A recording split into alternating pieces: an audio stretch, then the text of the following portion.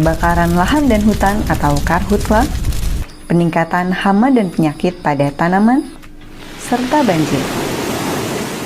Semua hal tersebut kemudian menyebabkan turunnya produksi pertanian sebagai sumber pangan dan menurunnya pendapatan para petani yang digunakan untuk membeli bahan pangan. Kerawanan pangan bisa berdampak serius, termasuk kelaparan hingga menyebabkan keluarga kurang gizi. Ini bisa menyebabkan badan jadi lebih rentan terhadap penyakit dan pertumbuhan tidak optimal, sehingga mengganggu kesehatan. Dampak jangka panjangnya, bila petani jadi gampang sakit, produktivitasnya di ladang akan menurun. Dan akibatnya pendapatan keluarganya juga menurun. Kalau pendapatan menurun, petani jadi kekurangan uang untuk membeli makanan. Jika tidak ditangani dengan serius, lingkaran masalah ini akan menjadi lingkaran setan yang terus-menerus berlanjut. Terus gimana dong caranya agar bisa keluar atau tidak terjerumus dari lingkaran masalah itu? Kerawanan pangan bisa dihindari dengan menerapkan 4 pilar ketahanan pangan yang disebut 4M. 4M adalah 1. Memastikan sumber daya pangan tersedia. 2. Memastikan akses ke sumber pangan bisa dijangkau. 3. Memastikan sumber pangan dapat dimanfaatkan oleh tubuh. 4. Memastikan ketiga pilar tersebut berlangsung terus-menerus. Salah satu cara untuk mengimplementasikan 4 pilar ketahanan pangan di tingkat keluarga adalah dengan mengimplementasikan agroforestry dan kebun dapur. Sistem agroforestry pada pertanian dapat meningkatkan keanekaragaman hayati, memperbaiki struktur dan nutrisi tanah, dan meningkatkan zat gizi pangan. Sementara pembuatan kebun dapur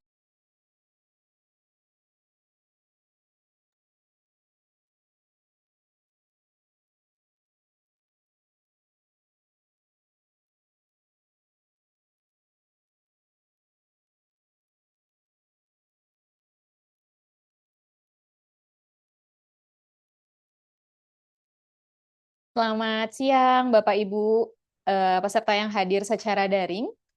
Kembali lagi kami menyapa Bapak Ibu yang hadir secara daring. Kami ucapkan terima kasih atas partisipasinya yang mengikuti kegiatan hari ini.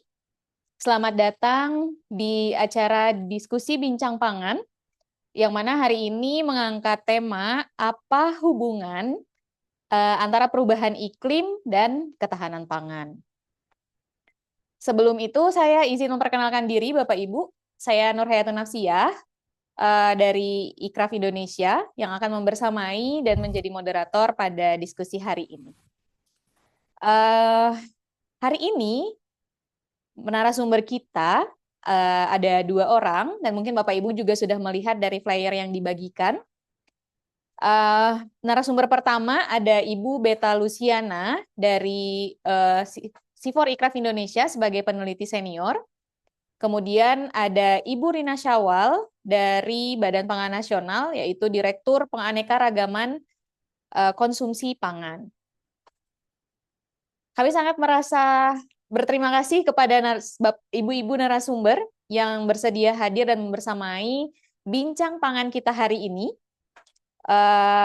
Semoga diskusi hari ini bisa menambah wawasan kita bersama terkait bagaimana dampak perubahan iklim terhadap ketahanan pangan.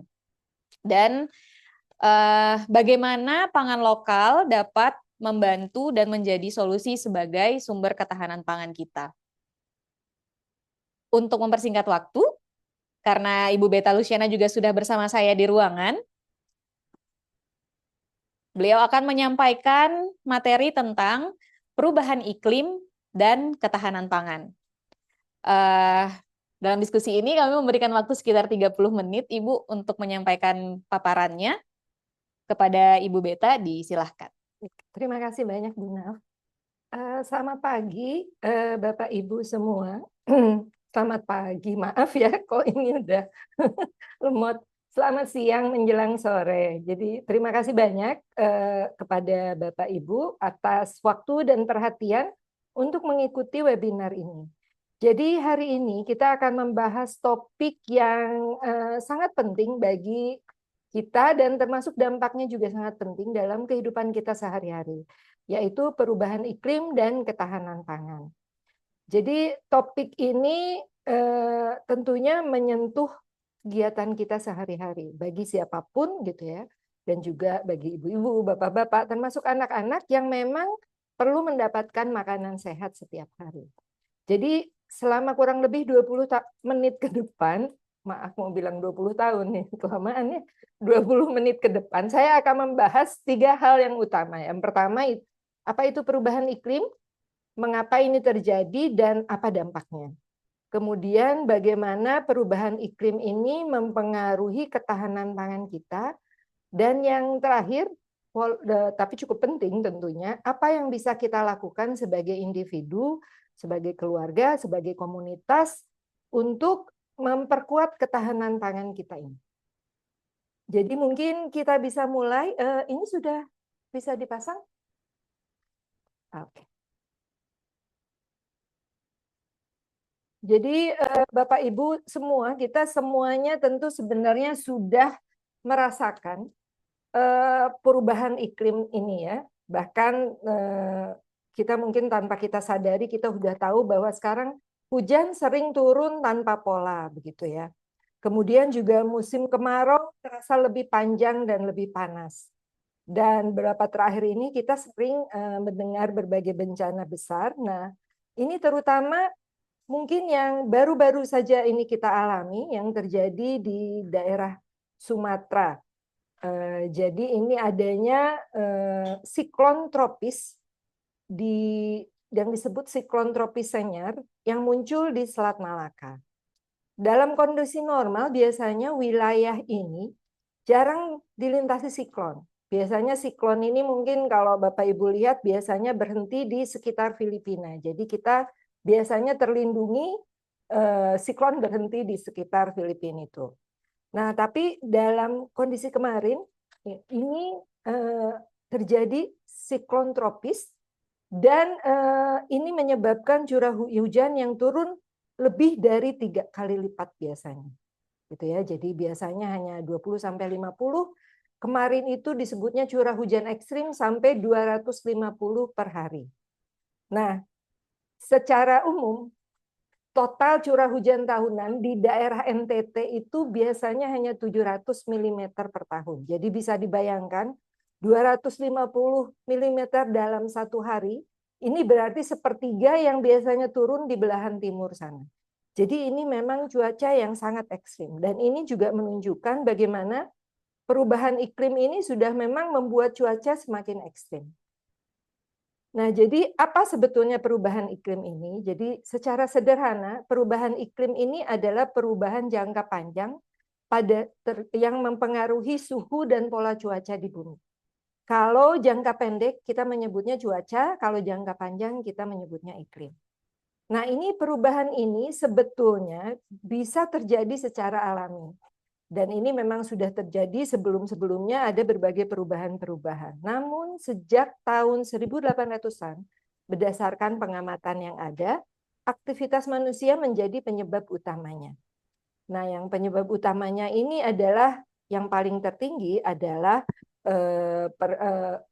pemanfaatan untuk energi dari batu bara, minyak bumi maupun gas. Dan yang kemudian adalah penggunaan kendaraan bermotor tentunya, yang termasuk juga tadi pembakaran minyak bumi. Dan yang kedua adalah pembukaan lahan secara besar-besaran, baik untuk pemukiman maupun untuk pertanian yang memang semuanya atas nama pembangunan. Nah, semua aktivitas ini melepaskan apa yang kita sebut sebagai gas rumah kaca, seperti CO2, metana, maupun N2 ke atmosfer. Dan sebetulnya gas-gas ini memang bermanfaat bagi kita untuk mempertahankan suhu bumi seperti itu. Nah, namun karena semakin tingginya jumlah konsentrasi yang ada di bumi ini, mereka menjadi berfungsi sebagai selimut dan hingga panas matahari terperangkap dan akibatnya suhu bumi ini menaik. Dan fenomena ini kita sebut pemanasan global. Dan mengapa ini disebut gas rumah kaca? Karena akhirnya bumi ini seperti rumah kaca. Seakan-akan kalau kita berada di greenhouse atau rumah kaca, rasanya akan semakin panas. Nah, inilah yang semuanya yang menyebabkan mengapa terjadi perubahan iklim. Dan ciri-cirinya yang langsung terjadi adalah suhu udara meningkat, lalu kemudian permukaan air laut naik, dan juga munculnya cuaca-cuaca yang ekstrim, seperti hujan yang turun lebih lebat dari biasanya, kemarau lebih panjang, dan juga ini akan menyebabkan terjadinya kekeringan, banjir, atau gelombang panas dan badai. Nah, ada dampak tidak langsung, jadi kebutuhan energi meningkat atau bahkan ketersediaannya terganggu.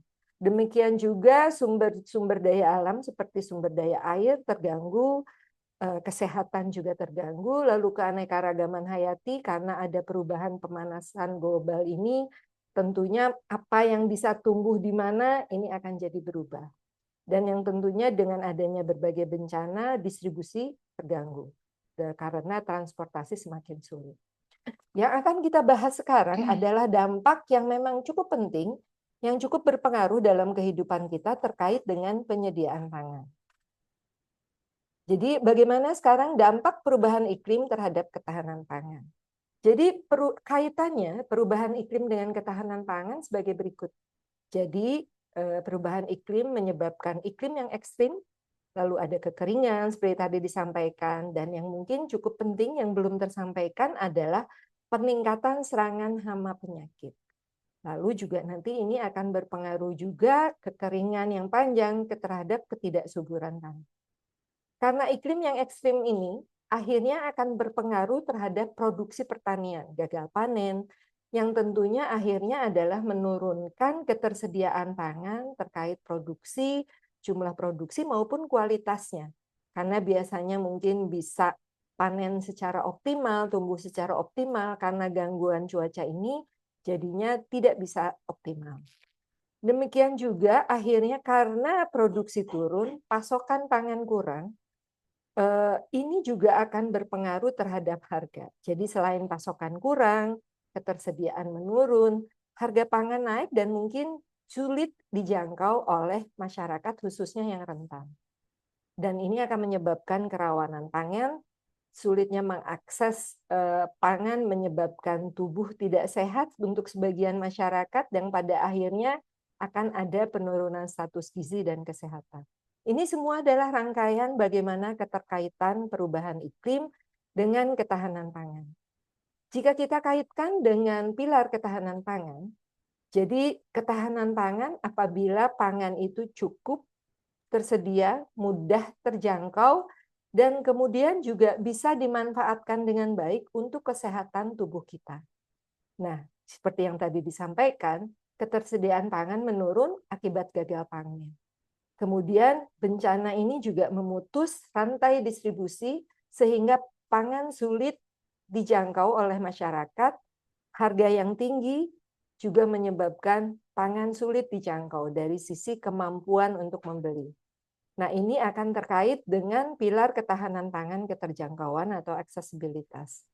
Dan yang terakhir adalah cuaca ekstrim, perubahan iklim menyebabkan penyakit menular semakin mudah menyebar dan marak. Saat tubuh tidak sehat, kita tidak mampu menerima asupan gizi ini dengan baik. Tubuh kita tidak bisa menyerap gizi dengan baik, sehingga tubuh kita tidak mampu memanfaatkannya asupan pangan ini. Dan ini akan berpengaruh terhadap pilar pemanfaatan. Tentunya ini jika berlanjut secara terus-menerus akan mempengaruhi pilar terakhir sebetulnya yang terkait kestabilan dari pangan ini sendiri. Nah, tadi sudah kita bahas mengenai apa dampak perubahan iklim terhadap pertanian. Nah, sekarang apakah pangan juga menyebabkan perubahan iklim? Nah, ternyata ini ada timbal balik juga. Pertanian ini berkontribusi cukup besar terhadap perubahan iklim. Nah, ada yang misalnya muncul pertanian ini adalah dari lahan sawah. karena lahan sawah karena memang terendam air secara terus-menerus menghasilkan emisi metana yang signifikan sekali sebagai bagian dari gas rumah kaca tadi. Lalu juga food loss atau susut pangan karena sisa makanan, karena pemanfaatan makanan yang tidak baik, ini berkontribusi terhadap di Indonesia ini pada perhitungan data 2023 hampir 8% dari emisi gas rumah kaca Indonesia. Nah, ini berarti kontribusi yang cukup tinggi. Apalagi jika dikaitkan bahwa dengan kita juga transportasi dan sebagainya, itu biasanya yang paling besar ya. 8% ini sangat tinggi. Nah, jadi secara umum juga pertanian ini dampaknya besar bukan hanya untuk ketahanan pangan tapi untuk lingkungan secara keseluruhan. Jadi pertanian ini menyebabkan 26% emisi gas rumah kaca dan 78% polusi air. Kita tahu pertanian membutuhkan air yang harusnya bersih, tidak terkena polusi. Jadi ini juga tentunya nanti akan sangat berpengaruh. Jadi ada efek ini ya, ada siklus efek buruk gitu ya yang semakin memperburuk kondisi ketahanan pangan. Kemudian saat ini pertanian ini menggunakan 50% lahan di dunia dan 70% air untuk pertanian. Jadi ini sangat tinggi sekali ya. Nah, di sisi lain, itu maaf ada typo, populasi mamalia dan unggas ini didominasi oleh kebutuhan pangan manusia. Jadi ya sebagian besar seperti sapi, ternak gitu ya, sapi, kambing, itu sekarang sudah berkisar lebih dari 90%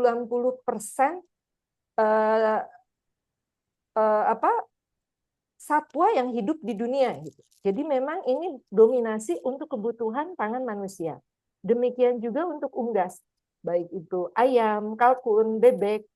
Ini 71% saat ini adalah untuk kebutuhan pangan manusia, gitu ya.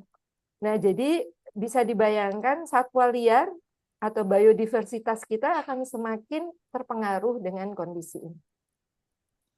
Nah, jadi saat ini sudah ada satuan atau unit yang menghitung sebetulnya seberapa besar setiap pangan mungkin ya berpengaruh terhadap emisi yang dihasilkan pada siklus hidup makanan ini, yang kita sebut dengan jejak karbon dioksida atau CFD juga. Nah, ini mulai dihitung mulai dari produksi hingga konsumsi, juga hingga limbahnya. Nah, ini jadi ada emisi dari proses pertanian, dari pengolahan, dari transportasi, dan juga dari pembusukan makanan yang terbuang. Jadi kalau Bapak Ibu bisa lihat mungkin, kalau kita lihat ini sebagian besar ternak ini cukup besar begitu ya jejak karbonnya. Yang kecil adalah jejak karbon yang dihasilkan oleh tanaman-tanaman seperti sayuran dan buah-buahan. Karena memang mungkin karena perishable ya, mudah hancur, mudah ini biasanya kita cenderung memanfaatkan pangan lokal. Nah, ini terpengaruh dari sisi transportasinya jadi. Nah, selanjutnya, apa yang bisa kita lakukan untuk memperkuat ketahanan pangan? Ada dua hal yang bisa kita lakukan. Kita bagi dua. Yang pertama adalah kegiatan mitigasi untuk mengatasi perubahan iklim. Bagaimana supaya perubahan iklim ini tidak semakin memburuk gitu ya. Bahkan mungkin berubahnya ke arah yang lebih baik, bukan ke arah yang buruk. Ya, untuk mitigasi ini terkait upaya yang bisa kita lakukan untuk mengurangi emisi gas rumah kaca, agar perubahan iklim tidak semakin parah. Yang kedua yang kita sebut adalah adaptasi. Jadi upaya atau kegiatan yang kita upayakan untuk menyesuaikan diri agar tetap mampu bertahan di tengah perubahan iklim ini.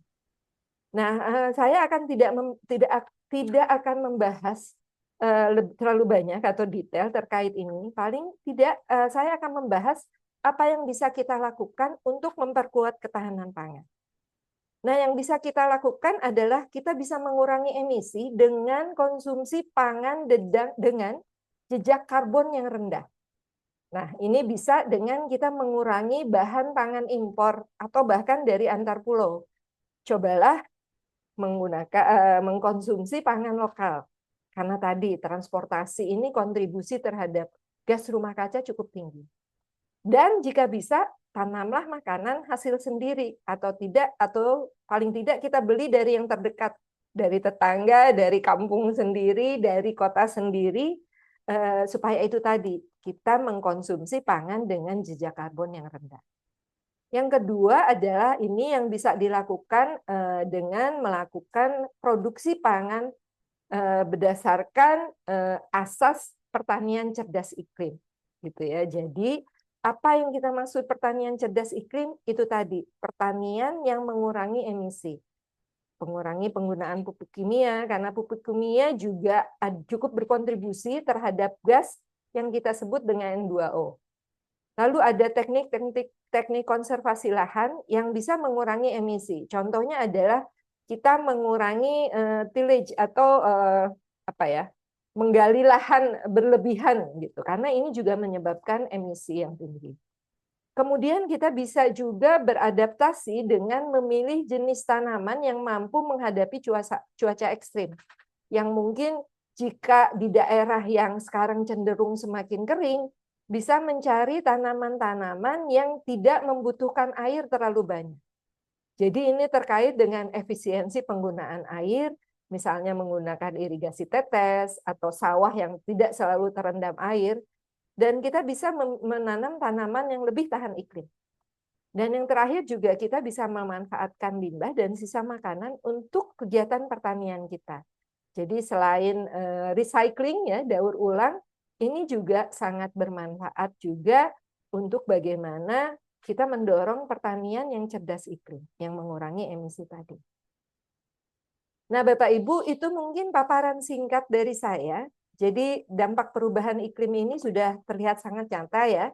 Dan salah satu dampak utamanya adalah terganggunya sistem pangan dan berkurangnya pasokan pangan. Nah, jadi walaupun ini tantangan besar, tetapi bukan sesuatu yang tidak bisa kita hadapi.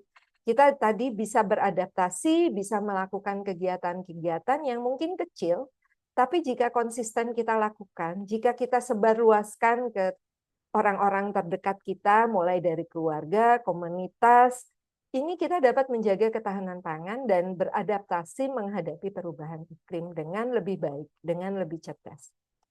Itu paparan saya, mudah-mudahan ini bisa menginspirasi Bapak Ibu semua untuk mulai kita berupaya meningkatkan ketahanan pangan kita. Saya kembalikan kepada Ibu Nah. Terima kasih. Terima kasih Ibu Beta atas paparannya yang sangat-sangat menginspirasi kita ya Bapak Ibu. Di mana sampai hari ini kita masih melihat bersama-sama ya dampak dari perubahan iklim, apa yang sudah terjadi di sekitar kita. Kemudian bagaimana kita melihat dari bencana yang terjadi saat ini, khususnya yang di daerah Sumatera, itu sangat-sangat mengganggu ketahanan pangan dan ketersediaan pangan di sana, begitu ya Bu ya? Oke, tadi saya mengambil kalimat penutup dari Bu Beta yang menyampaikan perubahan iklim itu sangat berdampak terhadap terganggunya sistem pangan dan berkurangnya pasokan pangan. Nah, kalimat ini menghubungkan dengan materi yang kedua yang akan disampaikan oleh Ibu Rina Syawal terkait bagaimana peran pangan lokal untuk mendukung ketahanan pangan. Bu Rina Syawal, apakah sudah bersama kami di dalam ruang ini? Sudah, Mbak. Moderator sudah. Terima kasih Ibu sudah membersamai. Saya yakin masih lelah mungkin ya Bu ya, karena baru sampai dari perjalanan panjang. Dari Jawa Timur, dari Surabaya. Siap. Terima kasih Ibu sudah hadir hari ini. Saya persilahkan Ibu untuk menyampaikan paparannya. Kami memberikan waktu sekitar 30 menit Ibu untuk menyampaikan materi hari ini. Kepada Ibu Rina Syawal, kami silahkan.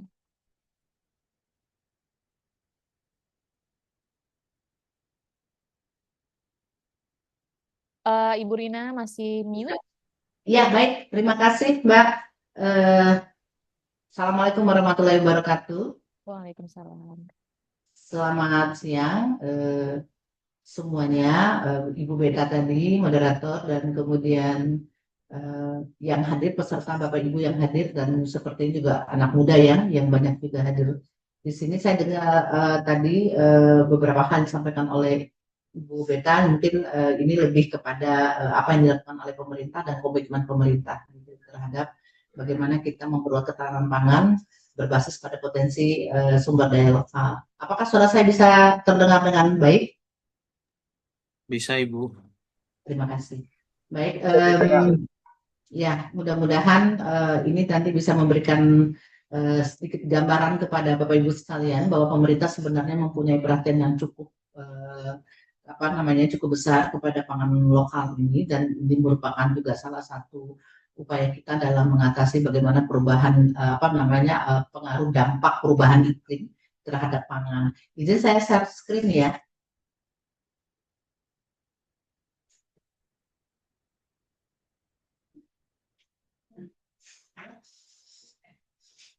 Baik, sesuai dengan judul yang diminta ya adalah peran pangan lokal untuk ketahanan pangan. Baik, saya memulai dari ini saya tunjukkan kepada Bapak Ibu sekalian, dan saya selalu memulai dengan ini karena ini menunjukkan betapa pangan lokal yang ada di Indonesia itu sangat beragam dan sesuai dengan potensi dan kearifan lokalnya. Jadi makanan yang ada di Indonesia kita itu banyak sekali ya, Bapak Ibu yang hadir pada forum ini bisa melihat bahwa di Papua kita punya papeda itu dari sagu, di Sinonggi juga sagu, Sinonggi itu juga sagu dari Sutra, ada jagung bose, ada bubur Manado, ada tiwul, ada bahkan juga kalau misalnya nasi pun sebenarnya pangan lokal kalau memang itu potensinya. Nanti saya akan jelaskan apa sih pengertian dari pangan lokal. Jadi pangan yang ada di Indonesia itu terbentuk berdasarkan budaya, potensi, dan kearifan lokalnya. Ini keberagaman yang ada di Indonesia yang sebenarnya mendukung bagaimana memperkuat ketahanan pangan kita berbasis pada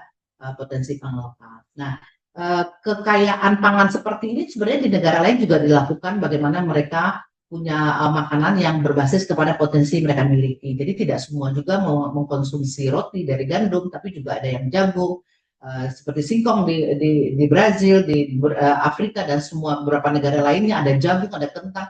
Ini adalah pangan-pangan yang sesuai dengan potensi dan itu menjadi basis dari konsumsi mereka. Jadi harusnya Indonesia juga bangga dengan apa yang dimiliki pangan lokal yang kita punya. Nah, ini awalnya saja. Saya akan memulai slide pengantar saya ini. Nah, satu lagi yang sangat tren saat ini ya, Pak Menteri Kesehatan sering membuat konten di IG-nya ya, dan saat ini beliau memperkenalkan sarapan sehat, jajan sehat gitu. Ini mungkin anak-anak muda yang hadir dalam forum ini juga termasuk yang mengikuti di media sosial. Sangat tren saat ini berbagai daerah kemudian generasi juga sudah mulai beralih kepada pangan-pangan yang sehat dengan alasan kesehatan, kemudian dengan alasan bahwa itu lebih bergizi dan segala macam, maka ini sudah mulai tren, dan kami berharap mudah-mudahan ini tidak tren sesaat, tetapi memang sudah mulai mencintai potensi-potensi pangan kita, tidak tergantung kepada pangan tertentu. Nah, ini sebenarnya hal yang menggembirakan untuk bagaimana kemudian kita tidak tergantung kepada satu jenis pangan tertentu. Lanjut. Ini adalah outlet yang akan saya sampaikan. Yang pertama tentang regulasi dan kebijakan, kemudian pangan yang bab 2 tentang keanekaragaman konsumsi pangan berbasis potensi pangan lokal, dan kemudian aksi pengembangan pangan lokal. Lanjut. Nah, Bapak Ibu sekalian, lanjut. Ini konsepnya dulu saya ingin sampaikan bahwa dalam sistem pangan nasional untuk mencapai ketahanan pangan itu kita berlandaskan pada semangat atau spiritnya itu adalah kemandirian pangan dan kedaulatan pangan. Jadi kemandirian pangan itu adalah pangan yang tersedia dari produksi sendiri berbasis potensi dan kearifan lokalnya. Nah, ini semangatnya sudah ada dalam Undang-Undang Pangan. Tinggal bagaimana mengimplementasikannya pada setiap daerah bahwa mereka mestinya mandiri pangan dengan potensi pangan yang mereka miliki. Jangan kemudian mereka nanti tidak mandiri karena pangan mereka tergantung kepada pasokan yang datang dari luar daerahnya. Ini yang semangat harus kita kembangkan adalah mandiri pangan berbasis pada potensi dan kearifan lokalnya, yang pada akhirnya mendukung ketahanan pangan untuk memenuhi kebutuhan gizi masyarakat ya, sehingga nanti terbentuklah individu yang sehat, aktif, dan produktif secara berkelanjutan. Lanjut. Nah, kemudian dalam undang-undang pun juga begini, saya ingin menyampaikan kepada Bapak Ibu sekalian bahwa sebenarnya regulasinya sudah cukup banyak, tinggal bagaimana kita mengimplementasikannya secara bersama-sama. Tidak bisa hanya pemerintah saja, tetapi kita semua pihak harus mendukung ya. Jadi peran pangan lokal dalam undang-undang pangan pun itu sudah sangat jelas ya. Di beberapa pasal, bahkan di dalam ketentuan umum itu pangan pokok sekalipun, itu kalau kita sekarang 90% mengkonsumsi nasi, sebenarnya di dalam undang-undang itu sudah ada bahwa pangan pokok adalah pangan yang diperuntukkan sebagai makanan utama sehari-hari sesuai dengan potensi sumber daya dan kearifan lokal. Jadi artinya itu akan berbeda-beda. Kalau misalnya satu jenis, pasti di dalamnya itu ada kalimat mengatakan komoditas apa. Tetapi karena berbeda-beda potensi yang ada, sehingga kemudian di situ ditekankan pada potensi sumber daya dan kearifan lokal. Nah, pada pasal-pasal yang lain pun selalu dikatakan potensi sumber daya lokal, kearifan lokal, mengembangkan pangan lokal.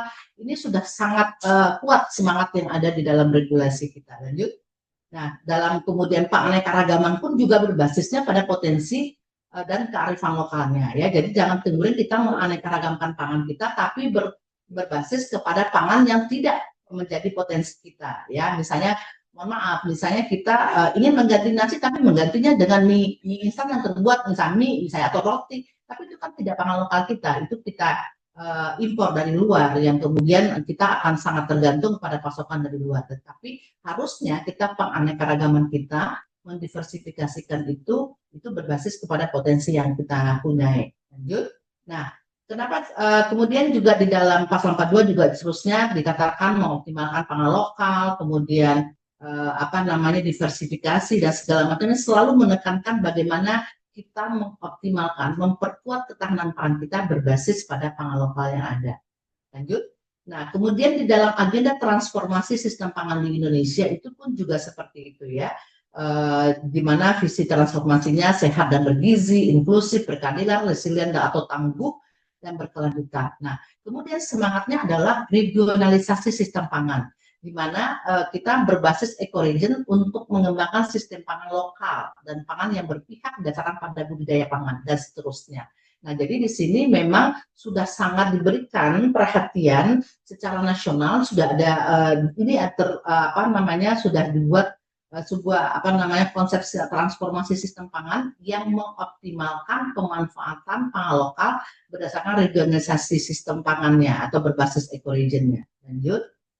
Kemudian juga area transformasinya juga sudah jelas di sini agendanya bahwa kita akan sistem pangan lokal yang resilience ya. Ini sangat erat kaitannya tadi disampaikan oleh Ibu Beta bahwa pengaruh iklim akan sangat dampak perubahan iklim ini akan sangat berpengaruh kepada ketahanan pangan kita. Jadi kemudian mestinya kita harusnya tidak tergantung kepada pangan tertentu, harus kemudian beraneka ragam, harus diversifikasi, sehingga kemudian sistem pangan lokal ini akan lebih membuat ketahanan kita lebih tangguh atau resilience ya. Lanjut. Kemudian penganekaragaman pangan dalam transformasi sistem pangan, itu bagaimana kita menganekaragaman konsumsi pangan kita, mengarah ke beragam bergizi seimbang dan aman berbasis potensi sumber daya lokal. Bagaimana kemudian industri pangan lokal kita juga bahan bakunya berbasis pada pangan lokal yang ada, kemudian juga mengembangkan kolaborasi multi pihak ya di dalam hal ini yang biasanya kita sebut dengan pentahelix ya, dari pemerintah, kemudian swasta, akademis, kemudian masyarakat dan media. Nah, lebih lanjut regulasi yang juga diterbitkan pemerintah adalah ini sangat spesifik lokal ya. Jadi Peraturan Presiden Nomor 81 Tahun 2024 tentang percepatan penganekaragaman pangan berbasis potensi sumber daya lokal. Ada 8 strategi di sini, ya, di mana aspek utamanya adalah ketersediaan pangan yang beragam, ya, aksesnya berlitas pangan yang merata dan terjangkau, kemudian perubahan pola konsumsi dan keberpihakan pada pelaku usaha pangan lokal. Dalam 8 strategi percepatan penganekaragaman pangan ini, bagaimana kemudian pangan lokal sesuai dengan potensi wilayah diarahkan mulai dari kebijakan pemerintah setempat sampai kepada kemudian pengembangan edukasi, pengembangan lahan, produksi dan juga hilirisasinya. Nah, dari 8 strategi nasional ini ada 18 rencana aksi, yaitu mengimplementasikan dari strategi tadi, beberapa hal, diantaranya juga kami lakukan kerjasama dengan ICRAF, ya, misalnya pada edukasi, ya, ada rencana aksi nasional 14, 15, 16 itu kami melakukan kerjasama dengan ICRAF dalam bagaimana mengimplementasikannya untuk mengedukasi kepada peserta didik. Lanjut, kemudian dalam mengimplementasikan Perpres tadi, Menteri Dalam Negeri juga menghimbau gubernur, wali kota, ya, menginstruksikan untuk melakukan kajian pangan berbasis potensi sumber daya lokal di wilayah masing-masing. Ya, jadi ini sudah kita arahkan, tinggal kemudian bagaimana respon dari pemerintah daerah untuk kemudian menindaklanjutinya sehingga kemudian kebijakan pangannya mengarah kepada potensi pangan lokal yang mereka miliki. Lanjut, ini masih dalam Perpres, ya. Jadi pemerintah daerah nanti diharapkan menyusun rencana aksi daerahnya berbasis kepada potensi pangan yang mereka miliki, berbasis kepada kebutuhan, dan juga berbasis kepada target yang harus mereka capai. Nah, itu tadi regulasi. Kemudian bagaimana aneka-ragaman khusus pangan itu bisa kita kembangkan berbasis potensi sumber daya lokal. Karena kalau kita tidak berbasis sumber daya lokal, bisa saja kita melakukan aneka-ragaman pangan, tetapi pada pangan-pangan yang justru tidak merupakan pangan lokal kita sendiri. Nah, ini saya sedikit menggambarkan perubahan iklim tadi sudah disampaikan oleh Ibu Beta, bagaimana ancaman perubahan iklim terhadap pangan, pastinya memperburuk ketahanan pangan, ya. Perubahan iklim berdampak pada sistem pangan, produksi terganggu, pasokan berkurang, dan seterusnya, mengancam produksi. Nah, maka solusinya adalah salah satunya mencari bagaimana pertanian kita beradaptasi, ya, terhadap perubahan iklim dengan melakukan diversifikasi tanaman pangan. Kemudian yang berbasis pada potensi pangan lokal. Nah, kenapa kita perlu melakukan itu? Lanjut, ini karena memang tadi sudah disampaikan juga bahwa potensi pangan Indonesia itu sangat luar biasa. Nah, saya ingin menyampaikan bahwa apa itu pangan lokal, ya. Menurut undang-undang, pangan lokal itu adalah pangan yang dikonsumsi oleh masyarakat setempat sesuai dengan potensi dan kearifan lokalnya. Makanya tadi slide awal saya tadi menggambarkan bagaimana makanan-makanan kuliner Nusantara berbeda-beda. Itu dikarenakan potensi dan kearifan lokal yang juga berbeda di setiap daerah. Nah, oleh karena itu potensi yang luar biasa ini mestinya menjadi salah satu kunci bagi kita untuk bisa menghadapi atau mengantisipasi perubahan iklim yang berdampak kepada ketahanan pangan kita. Ya, jadi pangan lokal itu akan berbeda di setiap daerah, ya, sepanjang tidak bertentangan dengan agama, budaya, dan keyakinannya. Misalnya ketika di daerah Papua mengkonsumsi komoditas A, di tempat lain tidak mengkonsumsi itu, ya. Dan sementara misalnya di Kalimantan mengkonsumsi apa, mungkin di Sumatera tidak mengkonsumsi itu, makanya sangat erat dengan potensi dan kearifan lokal dan budayanya. Nah, disinilah kita perlu memahami bahwa nanti secara sederhananya dalam praktek sehari-hari, isi piring masyarakat yang di Jawa berbeda dengan isi piring masyarakat di Papua, misalnya seperti itu. Karena tadi potensi pangan lokal yang berbeda dipengaruhi oleh potensi dan kearifan lokal serta budaya dan keyakinannya. Nah, lanjut, ada beberapa potensi pangan lokal yang memang tahan terhadap iklim. Nah, ini contoh saja. Sebenarnya akan sangat banyak sesuai dengan tadi sudah juga diinstruksikan oleh Menteri Dalam Negeri agar gubernur, bupati, wali kota tentunya melalui dinas institusi terkait itu untuk melakukan pemetaan potensi identifikasi pangan lokal yang ada. Nah, ini perlu dikenali apa saja jenis komoditas yang cocok untuk dikembangkan sesuai dengan potensi agroekologinya, kemudian juga sesuai dengan budaya dan kearifan lokalnya. Nah, ini perlu dilakukan pemetaan oleh daerah, ya.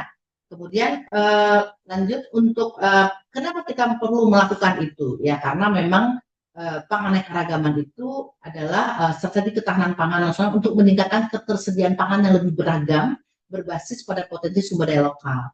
Jadi karena memang kalau secara kesehatan kita perlu konsumsi pangan yang beragam untuk memenuhi keseimbangan gizi, kemudian yang perlu juga menjadi perhatian adalah bahwa Indonesia ini negara kepulauan.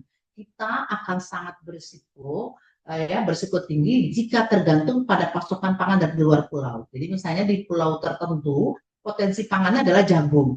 Lalu kemudian misalnya konsumsi yang dikonsumsi adalah bukan jagung dan komoditas itu dibawa dari luar daerah, itu akan sangat berisiko. Apalagi ketika kita bicara cuaca, gelombang, laut misalnya yang mendistribusikan pangan itu terganggu, maka akan berisiko untuk kemudian daerah itu menjadi rawan pangan. Oleh karena itu, kita harus menganeka-ragaman pangan kita sesuai dengan potensi pangan yang kita miliki. Kemudian kita mengurangi ketergantungan pada jenis pangan tertentu supaya tidak terjadi tekanan yang besar terhadap komoditas tertentu. Karena apabila terjadi gangguan terhadap produk komoditas itu, terjadi gangguan produksinya pada komoditas tersebut, maka kita akan sangat berisiko terhadap ketahanan pangan kita. Kemudian penganeka-ragaman itu penting atau diversifikasi itu penting karena kita mengantisipasi perubahan iklim dan krisis global yang mengancam kapasitas produksi dan ketersediaan pangan. Misalnya, misalnya bahan baku industri kita tergantung semuanya pada terigu. Bahan baku yang sebenarnya tepung yang lain pun bisa, tepung sorghum bisa, tepung mokak dari singkong bisa, tetapi kita tergantung pada tepung terigu misalnya yang bahan bakunya itu tidak tersedia, tidak kita produksi sendiri, tapi kita datangkan dari luar, maka ini akan sangat berpengaruh ketika ada tekanan-tekanan pada negara-negara produsen itu yang kemudian bisa saja membatasi perdagangan pada komoditas tersebut. Ya, yang penting lagi adalah bahwa keanekaragaman itu didukung oleh potensi pangan kita yang luar biasa. Ya, kemudian lanjut. Nah, peran apa saja pangan lokal ini bisa kita manfaatkan? Yang pertama tentu untuk mengkonsumsi pangan ya. Untuk konsumsi bahwa kita kalau karbohidrat itu kenyang tidak harus nasi, kemudian mengoptimalkan pangan lokal untuk cadangan pangan pemerintah ya, terutama daerah. Jadi cadangan pangan pemerintah itu akan beragam sesuai dengan potensinya. Pada daerah yang potensi jagung maka cadangan pangannya bisa jagung. Tapi pada daerah yang memang sentra produksi padi maka cadangan berasnya adalah beras dan seterusnya seperti itu tergantung potensinya. Kemudian untuk bantuan pangan, nah misalnya seperti sekarang terjadi beberapa bencana misalnya, sebenarnya itu bantuan pangan bisa saja tidak hanya seragam di semua daerah, tapi bisa tergantung kepada pangan yang tersedia di daerah itu yang biasa diproduksi dan biasa dikonsumsi. Kemudian mendukung swasembada pangan, dan satu lagi adalah mendukung program makan bergizi gratis. Jadi pangan lokal bisa saja mengisi menu-menu yang ada di dalam program MBG. Di semua daerah akan berbeda-beda, diperkenalkan sesuai dengan potensi pangan lokalnya. Kemudian mengurangi impor, meningkatkan ekonomi lokal sudah pastinya, karena kalau kita mengkonsumsi pangan yang diproduksi oleh petani lokal, maka kita tentu akan membantu petani lokal dan menggerakkan ekonomi lokal. Kemudian juga bisa pangan lokal dijadikan sebagai bahan baku industri pangan. Yang tadi saya katakan tidak selalu harus bahan bakunya dari misalnya tadi berbagai olahan yang dibuat dari terigu bisa diganti dengan tepung-tepung lokal lainnya. Nah, masuk pada bab terakhir ya, itu apa saja? Masih ada satu lagi tantangan ya. Nah, bagaimana kita kemudian memperkenalkan pangan lokal itu atau penganekaragaman ini memang masih menghadapi tantangan, terutama pada generasi muda terutama ya, karena preferensi konsumen yang cenderung pada jenis pangan tertentu, kurang informasi ya tentang pengetahuan dan ketersediaannya juga masih terbatas. Karena memang dia lokal, jadi belum tentu bisa kita akses di semua tempat ya. Kemudian citra pangan lokal masih sekarang dianggap kurang menarik dan inferior. Nah ini yang perlu kita bagaimana mengangkat citra pangan lokal untuk kemudian bisa setara dengan pangan-pangan lainnya ya. Kemudian lanjut, aksi yang dilakukan oleh Badan Pangan ya ada beberapa, mulai dari mendukung produksi, kemudian meningkatkan konsumsi dengan kampanye dan semuanya promosi dan pengembangan pangan lokal. Baik itu membantu pengolahan, hilirisasi, kampanye, dan berbagai kegiatan yang dilakukan oleh Badan Pangan. Nah lanjut, yang kami juga lakukan dengan ikraf ini terutama adalah menyusun panduan bagaimana kemudian dilakukan penyusunan kurikulum muatan lokal untuk memperkenalkan pangan lokal kepada peserta didik. Ya, ini kita sudah buatkan panduannya dan berharap nanti seluruh wilayah di Indonesia bisa menjadikan pangan lokal di dalam materi kurikulum muatan lokal. Nah ini mudah-mudahan bisa kemudian memperkenalkan pangan lokal kepada generasi muda sehingga mereka lebih mencintai pangan lokalnya, lebih paham bahwa sebaiknya idealnya ketahanan pangan berbasis pada kemandirian pangan sesuai dengan potensi pangan yang mereka miliki. Ya, Kemudian kami juga literasi kami perbanyak ya. Kami baru saja meluncurkan buku Kenyang Nggak Harus Nasi ya. Itu ada 4 buku. Di situ ada seri 1, 2, 3, 4 memperkenalkan potensi-potensi pangan lokal yang ada di Indonesia, di seluruh wilayah Indonesia, di mana saja yang mengkonsumsi jagung, di mana saja yang mengkonsumsi sagu, ubi kayu, sukun, sorghum, dan lain-lainnya, dengan juga menyampaikan sejarah kenapa daerah itu sampai mengkonsumsi itu. Jadi ini merupakan salah satu strategi kami untuk memperkenalkan pangan lokal kepada masyarakat ya. Kami juga ada komik yang kami buatkan, kemudian ada buku menu, kreasi menu juga kita buat berbasis pada pangan lokal ini dalam rangka untuk mensosialisasikan pangan lokal kepada masyarakat. Kemudian juga kita lakukan gerakan kampanye ya, ini seperti di dalam slide ini berbagai gerakan kami lakukan memperkenalkan pangan lokal, mulai sorghum, jagung bose, kemudian berbagai jenis pangan lokal lainnya terutama kepada generasi muda ya, kepada sekolah-sekolah di berbagai tempat di Indonesia, termasuk juga memperkenalkan sorghum ya kepada masyarakat. Nah, kemudian kami juga mendukung untuk bagaimana mengindustrialisasikan bahan baku lokal sebagai bahan baku industri dengan kemudian memberikan bantuan kepada UMKM yang mengolah berbagai produk berbahan baku lokal. Nah, kemudian lanjut, ini adalah contoh-contoh produk yang kemudian menggunakan bahan baku lokal, baik itu berupa mie, beras, analog, kemudian olahan-olahan lainnya. Nah, terakhir, Bapak Ibu sekalian, ini adalah semangat bagaimana kita mengkonsumsi pangan yang sehat B2SA berbasis pangan lokal. Tadi juga disampaikan oleh Bu Beta beberapa hal ya, di mana kalau kita mengkonsumsi pangan lokal, maka kita akan jamin keamanan pangannya lebih segar, lebih bergizi. Kita juga dapat dengan mudah melakukan ketelusuran ya, traceability-nya lebih mudah dilakukan, kemudian menggerakkan ekonomi, kemudian melestarikan budaya, dan tadi Ibu Beta menyampaikan ramah lingkungan, minim jejak karbon itu sangat minim. Saya selalu bercerita, selalu mengumpamakan kalau kita mengkonsumsi misalnya protein ya, misalnya protein ikan tembung itu lebih ramah lingkungan daripada makan ikan salmon, karena ikan salmon berenangnya jauh dari negaranya ya, jadi keringat banyak mencemari lautan kita. Itu contoh sederhananya saja. Tapi kalau pangan lokal itu pasti distribusinya lebih pendek ya, rantai distribusinya lebih pendek sehingga kemudian jejak karbonnya akan lebih sedikit ya.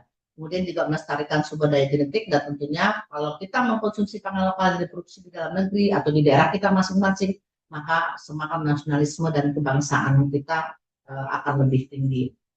Mungkin itu yang bisa saya sampaikan, Bapak Ibu sekalian. Semangatnya adalah kami selalu mengkampanyekan makan sehat ya, kemudian juga kenyang nggak harus nasi, di mana pangan lokal merupakan salah satu solusi mengubah ketergantungan menjadi kemandirian yang merupakan fondasi utama menghadapi goncangan iklim. Demikian yang bisa saya sampaikan, Bapak Ibu sekalian. Sebelum saya akhiri, saya mengajak di sini bisa memfollow akun IG kami, juga memperkenalkan pangan lokal di Indonesia itu di Gen B2SA ya. Jadi di Gen B2SA itu informasi-informasi tentang pangan lokal, kuliner-kuliner lokal, dan gizinya juga kami sampaikan di situ untuk memperkaya literasi ataupun informasi kepada Bapak Ibu sekalian tentang pangan lokal yang ada di Indonesia. Demikian Mbak, terima kasih. Assalamualaikum warahmatullahi wabarakatuh. Waalaikumsalam warahmatullahi wabarakatuh. Terima kasih Bu Rina atas paparannya yang mana kami yakin ini sangat-sangat menjadi insight baru gitu ya. Apalagi tadi melihat banyak sekali informasi tentang jenis-jenis pangan lokal yang ada di Indonesia saat ini gitu. Yang mana nanti harapan kita bersama pastinya ya Bu, pangan lokal ini bisa menjadi sumber ketahanan pangan di setiap daerah yang ada di Indonesia. Oke, dua paparan tadi sudah disampaikan oleh Ibu Beta dan Ibu Rina Syawal. Apakah dari Ibu Rina ingin saling menambahkan informasi dengan materi yang sudah disampaikan oleh Ibu Beta juga tadi? Mungkin jika ingin saling memberikan isi tanggapan, silahkan.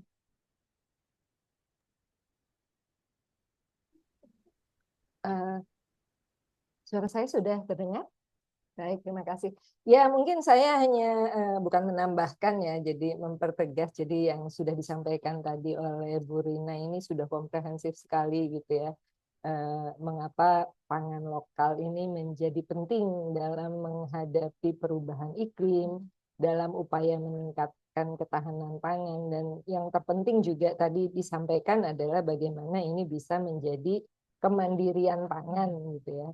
Jadi mungkin ketahanan pangan plus gitu ya, dan kita juga bisa mandiri, bisa tidak tergantung pada impor gitu ya. Itu kan memang sudah sedari dulu ya. Dulu upayanya adalah kita berupaya sebisa mungkin memenuhi kebutuhan salah satu pangan penting gitu ya. Nah mungkin sekarang bisa dengan tadi lebih mendorong keberagaman, diversifikasi yang tentunya mudah-mudahan ini bisa mempermudah upaya kita mencapai kemandirian pangan sambil juga mengurangi perubahan iklim ini, dampak perubahan iklim yang buruk ya, perubahan yang semakin buruk ini. Itu mungkin tanggapan saya. Makasih Mbak Andi. Terima kasih Bu Beta. Ibu Rina? Iya Ibu Beta, jadi memang kita salah satu hal yang perlu ke depan kita lakukan untuk bagaimana mengamankan pangan kita, itu memang solusinya salah satunya keanekaragaman pangan atau diversifikasi berbasis kepada potensi pangan lokal, ya pangan yang ada. Karena itu tadi perubahan iklim misalnya, ketika terjadi perubahan iklim yang menyebabkan berbagai hal yang misalnya terjadinya kekurangan air atau misalnya kemudian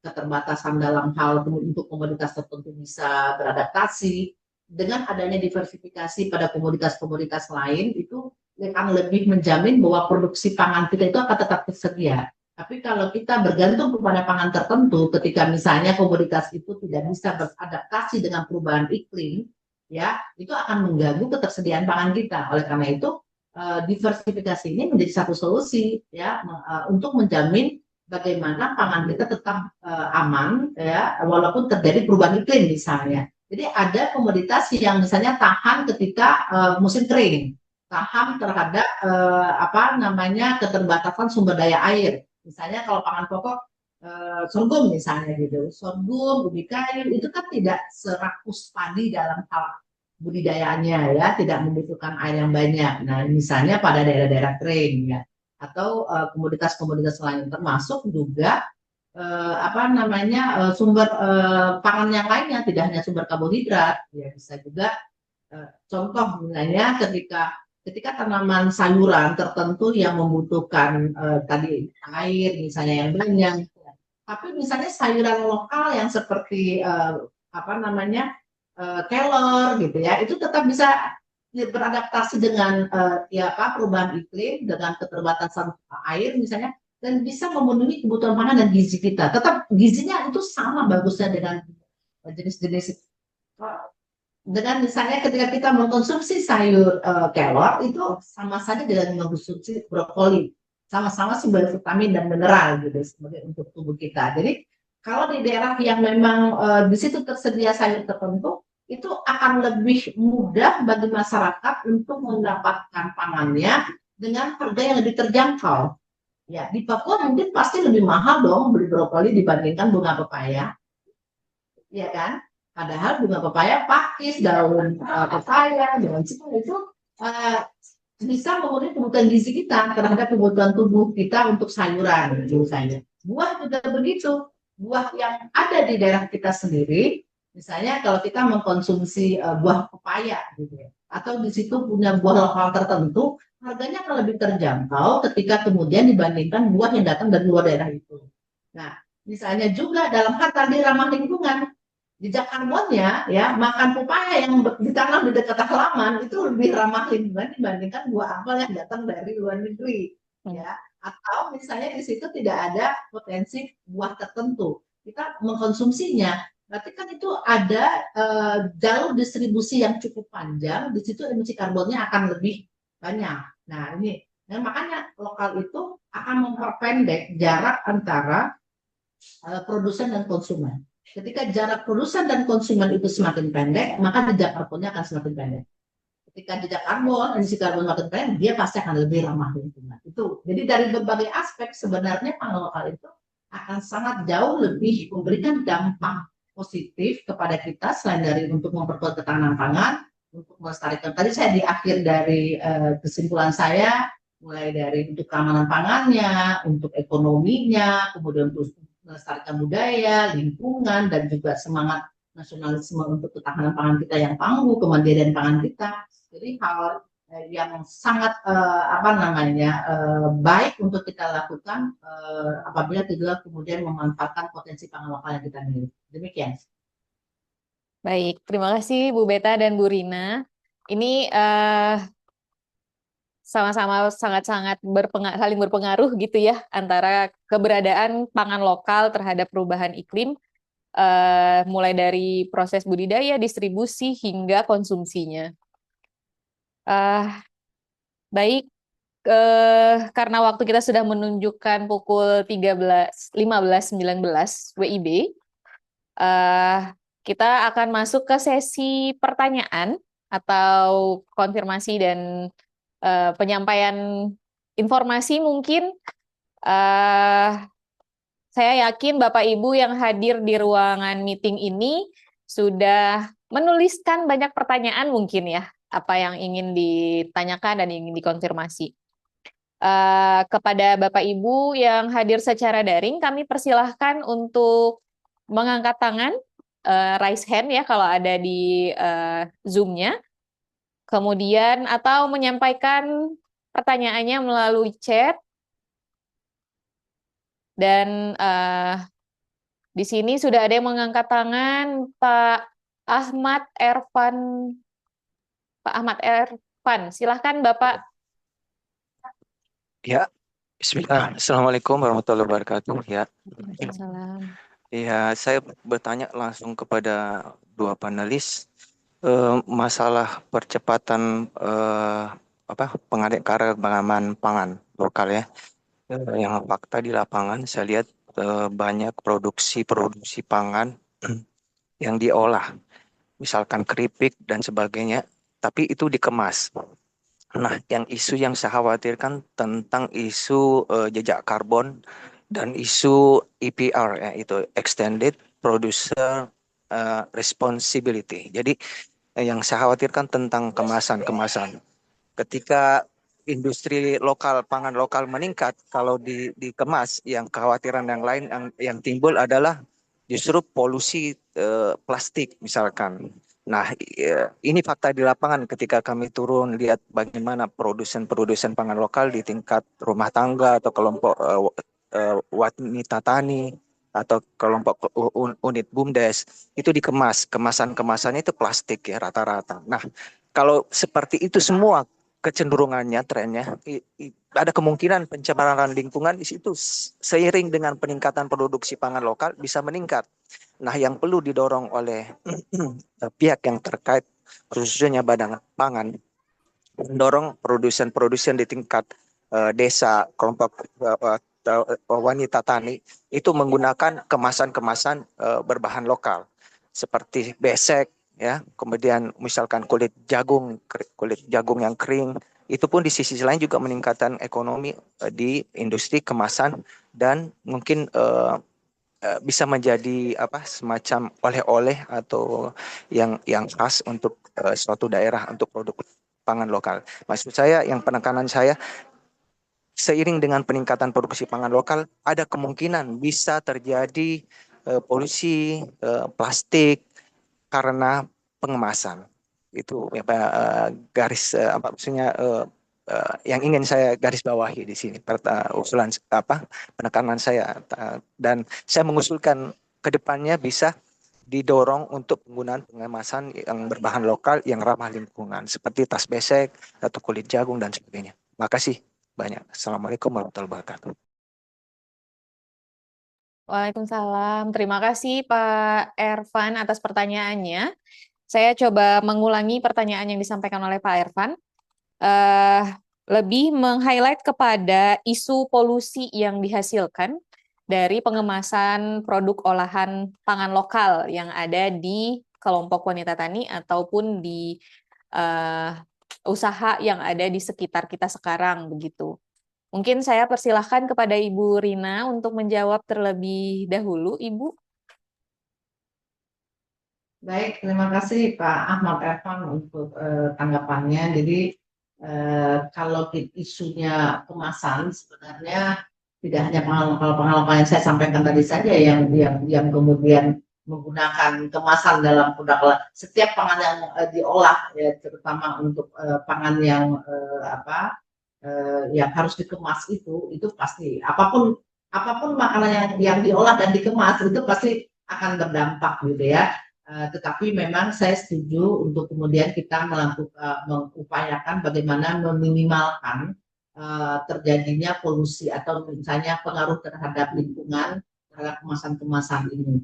Ya itu perlu kita lakukan secara bersama. Jadi misalnya Pak Aman, saya tidak tahu Pak Aman Evan dari komunitas atau dari apa, itu juga termasuk bisa melakukan edukasi kepada masyarakat untuk menggunakan kemasan-kemasan yang lebih ramah lingkungan. Tetapi memang itu tidak bisa serta-merta langsung menghilangkan, itu perlu bertahap. Tapi meminimalkannya itu juga perlu kita lakukan ya. Apalagi kalau kemudian kita tidak bicara hanya di KWT dan masyarakat besar, industri besar menggunakan kemasan ya ini yang justrunya di situ yang perlu harus kita berikan penekanan untuk kemudian menggunakan bahan baku kemasan yang lebih ramah lingkungan, yang bisa daur ulang dan segala macamnya gitu ya. Tapi intinya apa tadi yang disampaikan itu hal yang memang perlu menjadi perhatian kita ke depan, meminimalkan dampak negatif dari penggunaan kemasan yang tidak ramah lingkungan ya. Ya kalau misalnya akan dari saya kalau membawa oleh-oleh misalnya dari NTT ke Jakarta kan nggak mungkin juga oleh-oleh itu dibungkus dengan daun ya misalnya, mungkin lebih akan aman dibungkus dengan kemasan yang lain, tapi misalnya dengan bambu gitu atau yang anyaman dan segala macam. Tapi tentunya karena dia tidak diproduksi dalam jumlah masif, biasanya kemasan yang ramah lingkungan itu tentu biayanya lebih besar, bahkan mungkin terkadang akan lebih besar dari biaya produksi dari produk itu sendiri begitu ya. Tapi itu adalah hal yang memang seyogyanya menjadi perhatian kita ke depan untuk bagaimana kita menjaga kelestarian lingkungan. Terima kasih.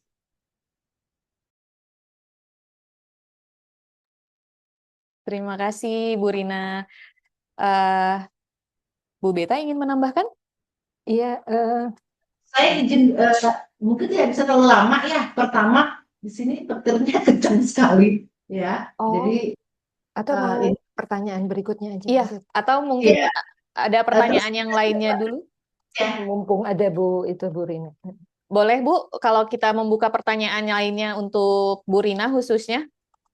Ya mungkin satu pertanyaan lagi boleh. Oke. Satu pertanyaan lagi dari Pak Sumaryono. Untuk Pak Ervan nanti mungkin tambahan dari Bu Beta akan menyusul ya. Ya. Mohon tetap berada di ruang meeting ini Pak. Terima kasih. Silakan Pak Sumaryono. Baiklah, terima kasih. Selamat sore semuanya. Assalamualaikum warahmatullahi wabarakatuh. Waalaikumsalam. Yang saya hormati Ibu Rina dan moderator. Nah, kami dari SMK Negeri 1 Bunga Mayang, Provinsi Sumatera Selatan. Nah, saya ingin, kemarin sudah diresmikan untuk pelajaran muatan lokal dan sebagai contoh juga di sekolah kita sebagai tiru. Nah, di sini saya selaku guru mapel dalam pelaksanaan pembelajaran itu sendiri, yang saya lakukan itu baru pelaksanaan dalam bidang tanaman. Jadi yang di sini tadi kan Ibu menjelaskan masakan semua di situ kan, masakan kearifan lokal yang ada. Nah, dalam kegiatan bidang tanaman ini tentunya sudah kami lakukan seperti aktivitas-aktivitas misalkan pengenalan jenis tanaman, atau penanaman, penyemaian, dan perawatannya, dan lain sebagainya. Terus juga dokumentasinya. Namun yang bagi saya selaku guru mapel yang tadi pada saat project pelaksanaan muatan lokal dalam masakannya ataupun kearifan lokal untuk masakannya itu belum terlaksana secara maksimal. Karena di sini tentunya itu membutuhkan apa namanya itu ya dana gitu kan bagi anak-anak juga yang untuk praktik. Sedangkan untuk kegiatan muatan masakan ini belum bisa saya laksanakan karena peralatan masaknya, Bu. Peralatan masaknya karena kita bukan jurusan tata boga ataupun jurusan pertanian yang ada di lingkungan sekolah. Kalaupun kompor itu ada dan apapun alat-alat potong yang lainnya dan bahan praktik yang lainnya. Tentunya dengan tantangan ini kan kami ada kekurangan yaitu peralatannya itu kan untuk membuat masakan khas kearifan lokal. Dan saya sudah melaksanakan sebenarnya, tapi saya berupa video. Anak-anak melakukannya secara mandiri per kelompok di rumahnya masing-masing untuk membuat makanan kearifan lokal dan bahannya itu bahan dari sekolahan apa yang mereka sudah tanam. Nah, nanti mereka membuat poster dan lain sebagainya. Di situ letak saya menanamkan kemandiriannya.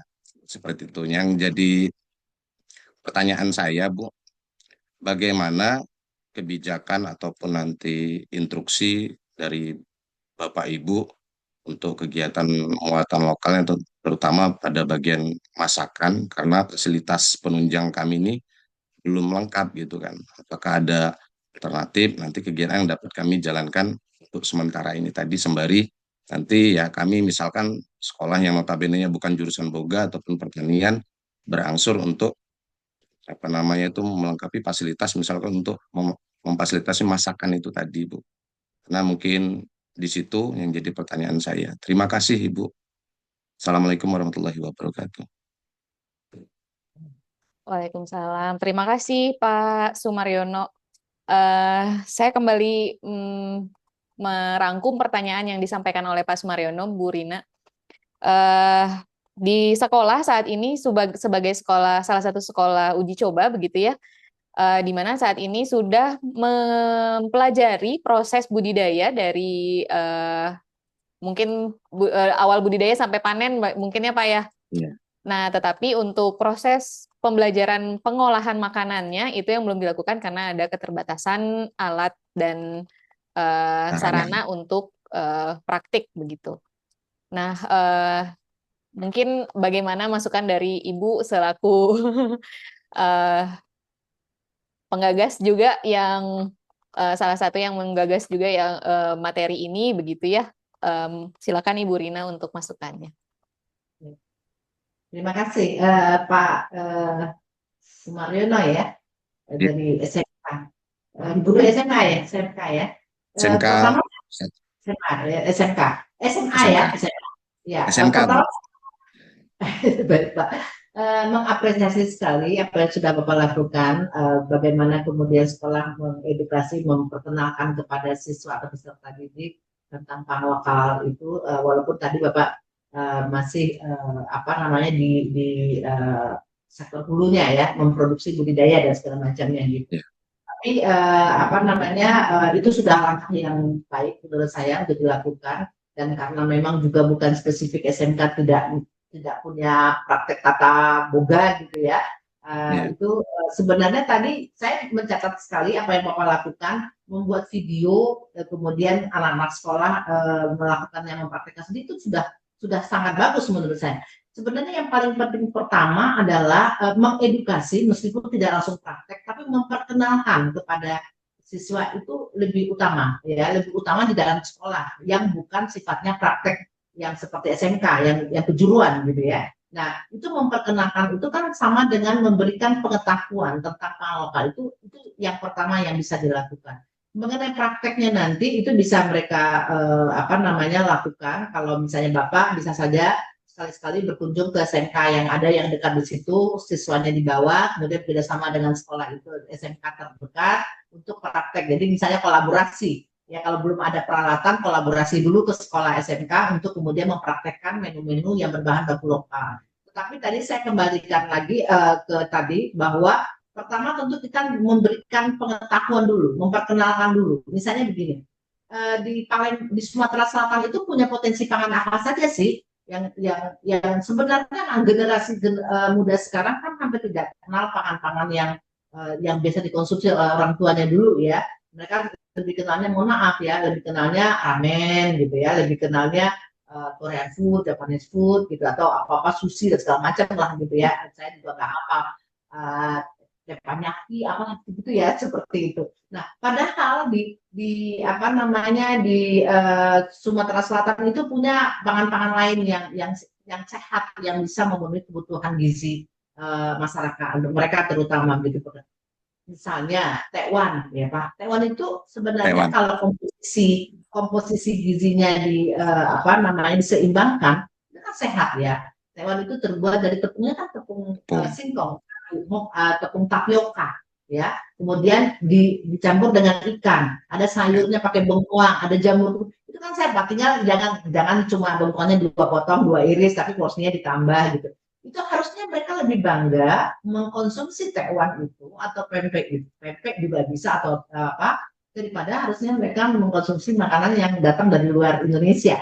Harusnya mereka bangga. Nah, mengubah mindset itu tuh yang utama dulu Pak. Memperkenalkan dulu. Kalau kemudian mereka sudah punya pengetahuan yang baik, tentu akan bisa merubah kebiasaan mereka mengkonsumsi pangan. Jadi dia akan lebih mencari kuliner-kuliner lokal ya yang memang lebih sehat dan itu berbasis pada potensi pangan yang ada di daerah masing-masing.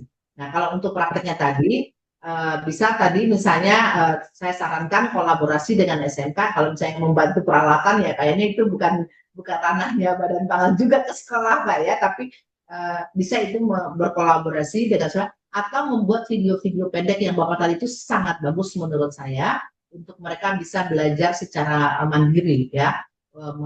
Bagaimana misalnya apa namanya mengolah makanan seperti misalnya kami punya resep yang bekerjasama dengan chef nanti kalau bisa nanti kami bisa share bantu Ibu Beta ya misalnya membuat sushi tapi dari ungu begitu ya diperkenalkan cara mengolah tapi kekinian resepnya kekinian tapi bahan bakunya lokal itu bisa ada berbagai produk lainnya. Nah nanti kita coba kami sudah punya beberapa dokumentasi nanti kita bisa share gitu ya tapi kedepannya saya juga terinspirasi oleh Bapak untuk membuat konten lebih banyak lagi sehingga nanti bisa mengedukasi dengan apa namanya menayangkan konten-konten itu membagikan kepada siswa sehingga mereka lebih terinspirasi dan meyakini dan kemudian bangga mengkonsumsi pangan yang merupakan potensi dari daerah mereka sendiri. Demikian, terima kasih. Terima kasih, Bu.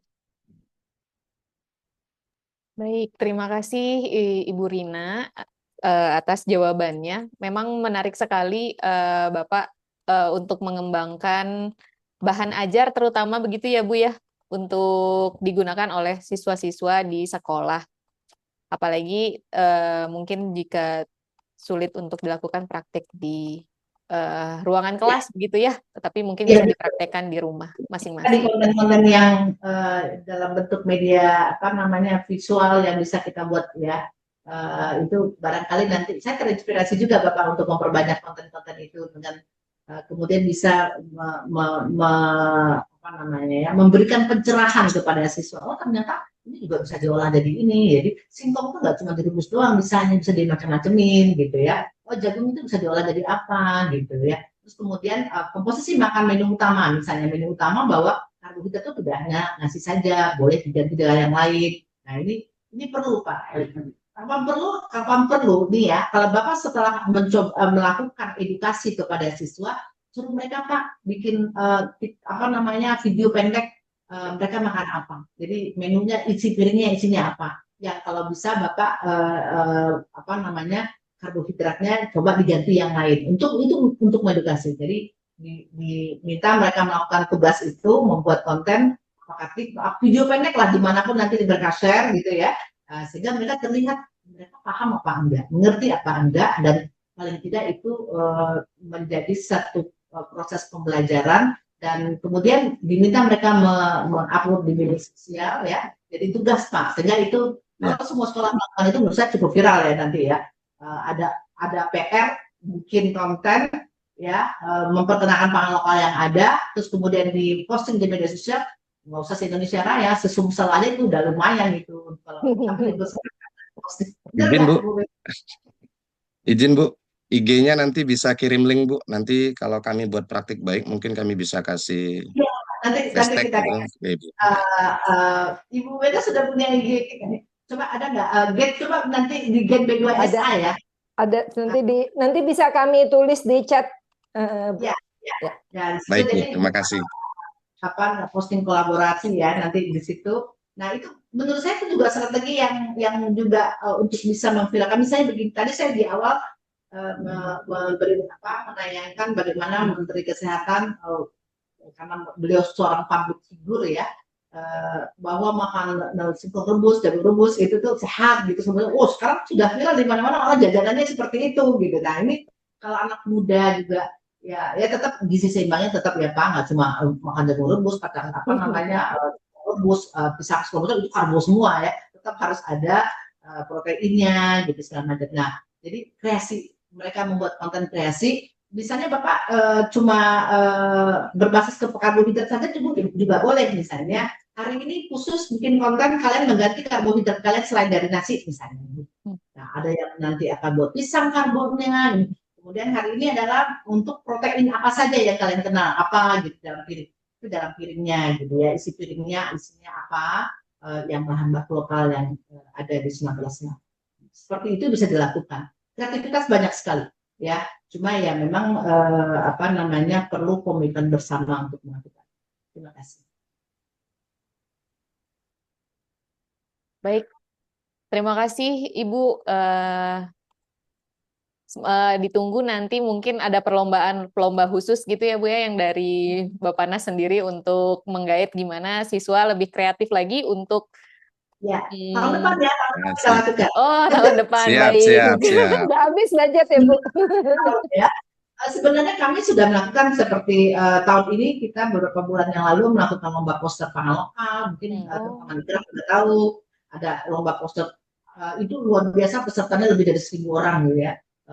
Bagaimana nanti kemudian ada juga kami melakukan lomba dongeng pangan lokal gitu ya. Bahkan pemenangnya pun berasal dari ada yang dari Sumatera, Jawa, Kalimantan. Jadi ini sudah kami lakukan ya, tapi ya tetap harus kalau semua daerah melakukan, semua pihak melakukan, baru dia bisa jadi viral gitu kan. Nah itu, jadi tahun depan Pak, nanti insya Allah kita buat seperti apa apa namanya hal yang tadi lomba apa yang harus kita lakukan, apa lomba pantun lokal gitu, apalah gitu ya bisa kita lakukan. Seperti itu. Terima kasih. Saya izin ya sama agak ini ya. Di luar itu saya kebetulan dekat jendela jadi petirnya. Jadi saya mohon pamit, terima kasih sekali lagi. Terima kasih banyak Bu Rina. Terima kasih banyak Ibu sudah bersedia hadir hari ini. Iya, terima kasih. Mohon maaf saya tidak bisa lanjut. Terima kasih. Assalamualaikum warahmatullahi wabarakatuh. Waalaikumsalam warahmatullahi wabarakatuh. Baik, Bapak Ibu sekalian, untuk beberapa pertanyaan yang tadi sudah disampaikan khususnya kepada Ibu Rina, mungkin akan juga direspon oleh Ibu Beta. Dari Pak Ervan dulu tadi ya mungkin ya, atau karena masih lanjut dengan pertanyaan Pak Sumaryono, mungkin Bu Beta boleh menambahkan dulu untuk Pak Sumaryono. Silakan Ibu. Iya, jadi Pak Sumaryono ini SMA-nya yang membuat abon lele kah? Bukan ya? Bukan, Bu. Oh, bukan. Bukan. Kita masih tanaman pangan, Bu. Seperti cabai, ubi, loncang, dan lain sebagainya. Gitu. Oke. Kemarin ada yang salah satu contoh juga itu ya, yang membuat abon lele dan cukup laku keras di kantor kami. Jadi mungkin itu juga salah satu bentuk kecintaan kami ke pangan lokal. Gitu. Nah, mungkin saya sih tidak bisa memberikan tanggapan banyak terus terang ke Pak Sumaryono karena memang tadi juga sudah disampaikan dengan baik oleh Bu Rina. Jadi memang ke depannya mungkin kita harus lebih mendorong saja bagaimana menumbuhkan kecintaan terutama masyarakat muda gitu ya, generasi muda terhadap pangan lokal, dan mungkin juga tidak perlu muluk-muluk gitu ya. Kami terus terang saya dan waktu itu rekan saya juga pergi ke NTT, dan di sana sebetulnya makanannya sederhana. Mereka hanya membuat yang mereka sebut dengan sate daun singkong gitu ya. Tapi karena membuatnya mungkin dengan baik, campuran bumbunya juga bagus gitu ya, dan itu enak sekali. Dan di sana juga memang anak-anak muda yang makan gitu ya. Mungkin kalau sate daging mahal gitu ya, jadi akhirnya sate daun singkong gitu. Nah itu juga bisa menjadi hal-hal yang menarik, apalagi kalau munculnya memang dari anak muda. Itu saja mungkin komentar saya untuk Pak Sumaryono. Terima kasih, Bu.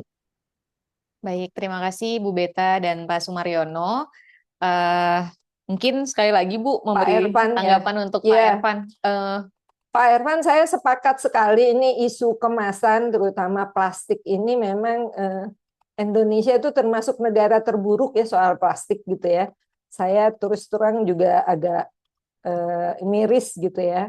Saya pernah datang ke satu tempat yang saya tahu membuat lemper, tapi lempernya itu diganti daun pisangnya jadi plastik yang serupa dengan daun gitu ya, tapi plastik jadi bentuknya warnanya hijau, bentuknya seakan-akan berserat gitu ya.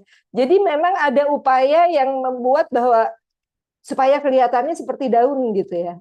Dan itu kan tentunya jadi lumayan gitu ya upayanya. Nah, saya agak sedih sih gitu ya.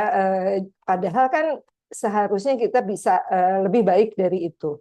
Bahkan ada juga yang ingin tetap mempertahankan daun supaya wangi mungkin, tapi luarnya tetap dibungkus plastik lagi gitu ya.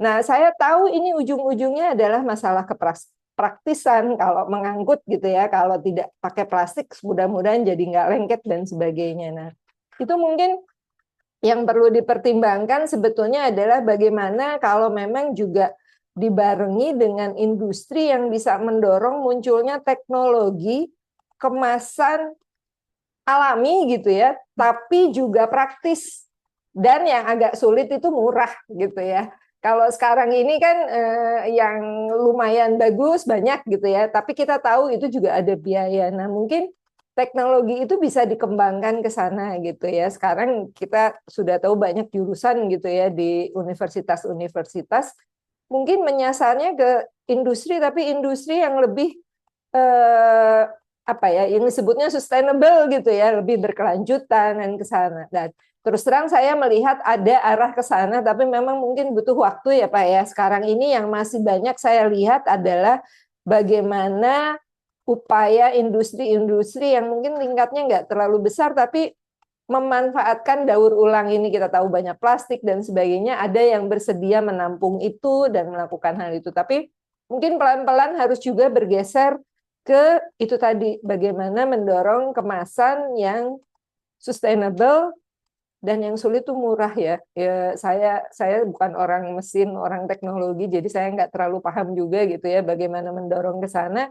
Tapi saya melihat kalau memang investasi kita untuk ke arah sana ada yang bersedia memulai, mungkin itu bisa terlaksana. Jadi saya sepakat dengan Pak Ervan, mudah-mudahan mungkin anak cucu kita nih, teman-teman yang apa ya mulai mendorong mulok gitu ya, ini juga bisa mulai pelan-pelan ke arah sana dari SMK gitu, bisa memunculkan yang ke sana entah dari serata. Itu mungkin. Terima kasih. Terima kasih Ibu. Memang sekarang sepertinya juga sudah mulai ada beberapa kegiatan yang dilakukan Bu. Kalau sepengetahuan saya yang paling mudah dibuat itu yang dari pati singkong mungkin gitu ya Bu ya. Nah, tapi memang produksinya membutuhkan biaya yang lebih besar lagi. Begitu Pak Ervan untuk tanggapan dari Ibu Beta. Selanjutnya silahkan jika masih ada yang ingin menyampaikan pertanyaannya. Satu lagi, kami membuka satu sesi pertanyaan lagi.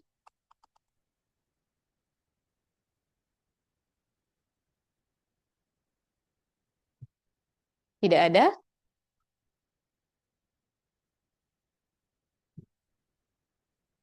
Oke, tidak ada lagi pertanyaan. Kami dari Wikipangan ingin memberikan kuis, mengajak Bapak Ibu yang hadir di dalam ruang meeting ini, ruang Zoom ini untuk apa ya, games sedikit gitu ya, dengan kuis-kuis yang akan ditampilkan di Slido. Nanti teman-teman panitia akan menampilkan QR code untuk link menuju kuis hari ini, games hari ini.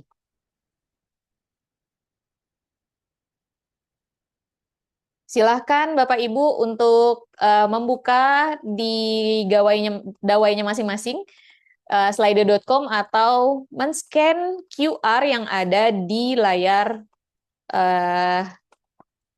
Bapak Ibu sekalian.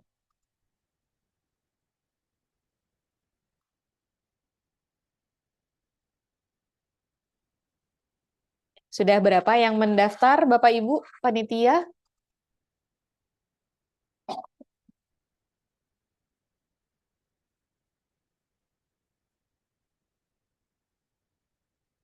Baru 3, 12, berapa itu? 17. Kok nggak bisa ya? 5, Bu. Baru 5 orang. Yang benar.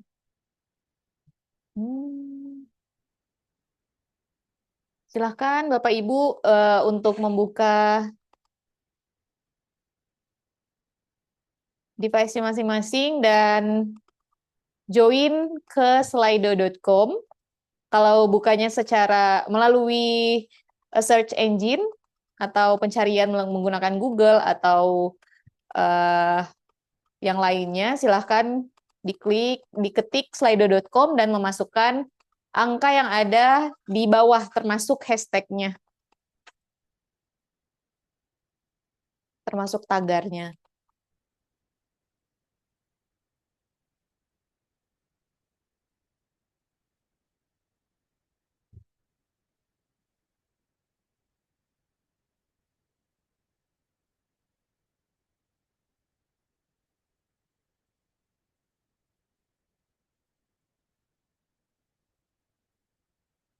Kita tunggu sampai berapa menit lagi, Bapak Ibu?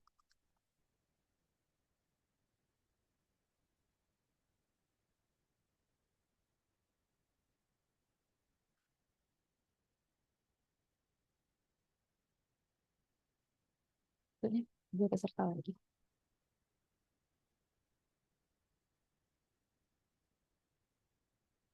Oke, kita lanjut ya. Pertanyaan pertama. Silahkan diberikan jawabannya, Bapak Ibu.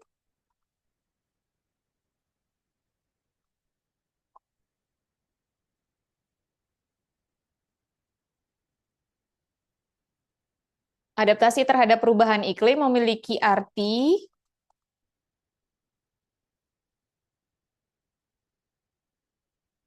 satu, upaya menyesuaikan diri agar tetap mampu bertahan di tengah perubahan iklim.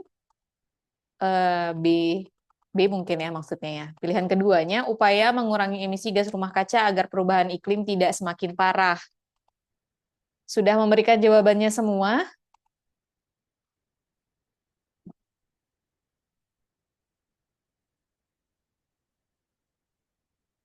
Tadi kan si Eko 2 kali. Jadi 42 kali. Oke, lanjut. Pertanyaan berikutnya, apa yang bisa kita lakukan untuk meningkatkan ketahanan pangan? Pilihan pertama, membeli makanan dari luar negeri. Pilihan kedua, mengurangi impor dan menanam bahan makanan sendiri. Pilihan ketiga, membeli makanan, meningkatkan impor dari pulau atau kota lain. Sudah 14 orang yang menjawab, 15 orang. Kita lanjut. Pertanyaan ketiga, apakah pangan juga menyebabkan perubahan iklim?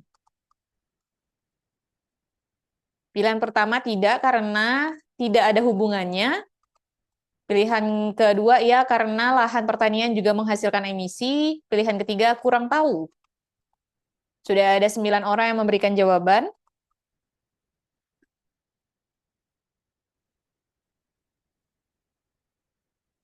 Yang tadi sudah disampaikan juga oleh Bu Beta ya, materi yang bagian ini ya.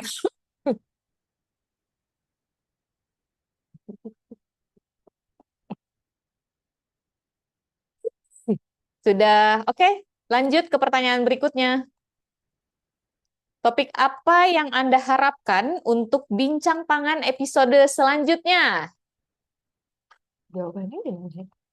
Oke. Silahkan diketik Bapak Ibu. Nanti akan muncul kata yang paling besar yang diharapkan kegiatannya apa, materinya tentang apa. Bisa lebih dari satu kata Bapak Ibu. Bisa mengisi lebih dari satu kali ternyata. Silahkan. Di sini sudah ada pangan lokal. Ini kok ini? Pangan lokal ini konsumsi pangan. Perlukah MBG? Waduh. Mengolah menjadi pangan lokal yang. Yangnya banyak nih. Makanan, bahan, pangan, enak. Baru 4 orang yang memberikan masukan konsumsi pangan berbasis pangan lokal. Yang lain silahkan, baru 5 orang yang memberikan masukan untuk topik Gak ada yang nulis episode selanjutnya. Gak ada yang nulis siklon tropis. Belum ada nih, Bu. Cara memasak, mana tuh? Oh, Makanan yang. Iya. Nah, mungkin kata yangnya kita exclude ya, Bapak Ibu ya. Wirausaha pangan untuk pemula. Inovasi teknologi pertanian sistem pangan, kebun pekarangan untuk kebun B2S atau kebun B2SA. Resep olahan pangan lokal. Nah, resep olahan pangan lokal ini sangat bisa dilihat dan didapat dengan mengunjungi wikipangan.id. MBG. Pangan lokal versi anak muda. Wah, menarik juga nih. Cara masak yang benar. Pangan untuk ibu hamil. siapa nih? Menarik. Oke, sudah 14 yang mengisi. Silahkan pertanyaan berikutnya. Oke. Ini bukan pertanyaan ya Bapak Ibu, tetapi informasi untuk Bincang Pangan episode ke-5 dan ke-6 yang akan dilaksanakan di bulan Januari 2026. Serinya seri makan bergizi dengan pangan lokal. Sudah menjawab sebagian dari apa yang dituliskan oleh Bapak Ibu di pertanyaan paling terakhir tadi ya. Oh, ada satu lagi seri untuk ke-6-nya, itu pangan dengan konsep B2SA.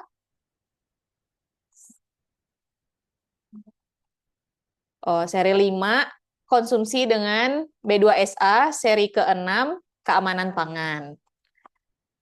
Oke, baik, mungkin kita lanjutkan dengan pertanyaan khusus mungkin ya, yang kita minta salah satu dari peserta untuk bisa memberikan masukan dan jawabannya untuk satu pertanyaan dari kami terkait dengan materi yang tadi sudah disampaikan juga oleh Bu Beta dan Bu Rina Syawal. Pertanyaannya, apa saja? Tunjuk tangan kan kalau ini. Iya. Tolong cepat. Iya, siapa yang paling cepat panitia tolong dilihat ya. Siapa yang paling cepat raise hand, beliau yang akan memberikan jawaban dan masukannya. Tapi tunggu ditunjuk. Iya, nanti kita tunjuk dulu, baru dipersilahkan untuk membuka mic-nya. Pertanyaannya, apa saja yang bisa kita lakukan untuk mempertahankan ketahanan pangan? Sebutkan minimal 3, maksimal 3 ya Bu ya? Minimal. Sebutkan minimal 3 hal yang bisa kita lakukan untuk menjaga ketahanan pangan, memperkuat ketahanan pangan dalam perubahan iklim. Pak Sumaryono sudah angkat tangan nih. Silakan Pak Sumaryono memberikan jawabannya. Saya coba menjawab, izin Ibu. Mungkin yang pertama itu kita harus memaksimalkan atau mengoptimalkan pemanfaatan pangan lokal untuk mengembangkan bahan pangan yang tersedia di daerah kita gitu kan. Ya, tujuannya agar tidak bergantung pada suatu komoditasnya saja gitu. Terus yang kedua itu kita dapat meningkatkan produksi pangan itu melalui pertanian. Pertanian menggunakan teknik pertanian, misal contoh itu yang ramah lingkungan. Berikutnya mengurangi waste, food waste atau pemborosan makanan. Pemborosan makanan itu dengan cara kita mengolah makanan itu dengan baik dan mengambil secukupnya atau memanfaatkan sisa makanan itu secara kreatif seperti itu.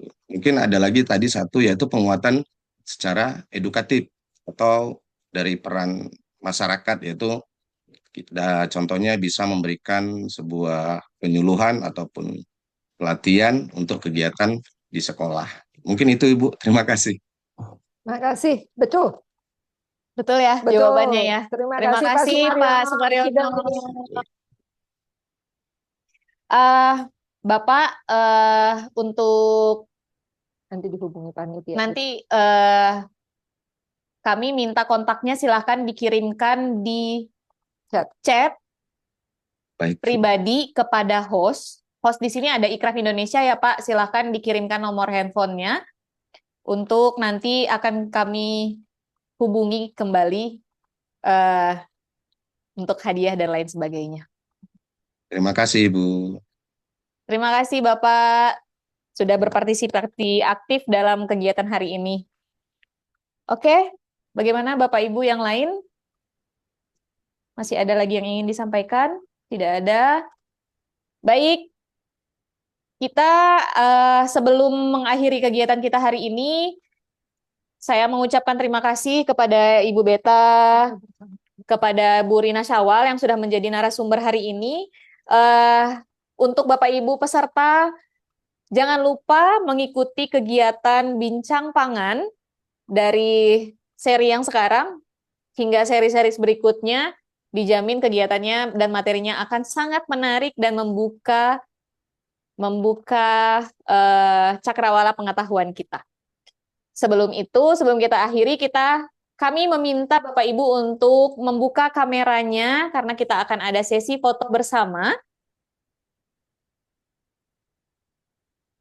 Silahkan Bapak Ibu membuka kameranya. Sambil menunggu ini, membuka kamera keseluruhan. Tadi Pak Ervan, ini kalau saya tidak salah, Pak Ervan dari Bone atau dari mana ya Pak? Saya Dinas Ketahanan Pangan. Oh, Sulawesi dari Selatan. Dinas Ketahanan Pangan. Di mana? Dinas Ketahanan Pangan di mana Bapak Ibu? Provinsi Sulawesi Selatan. Oh, Sulawesi Selatan. Ya, di sosok di Wiki Pangan juga saya ada Bu, di Wiki Pangan. Oke. Oh iya, benar-benar. Iya, iya Pak. Baik, Ya. foto. Baik, silahkan yang lain untuk membuka kameranya. Silahkan memberikan senyum terbaiknya Bapak Ibu. Tahan 5 detik. Dihitung mulai dari sekarang. 1, 2, 3.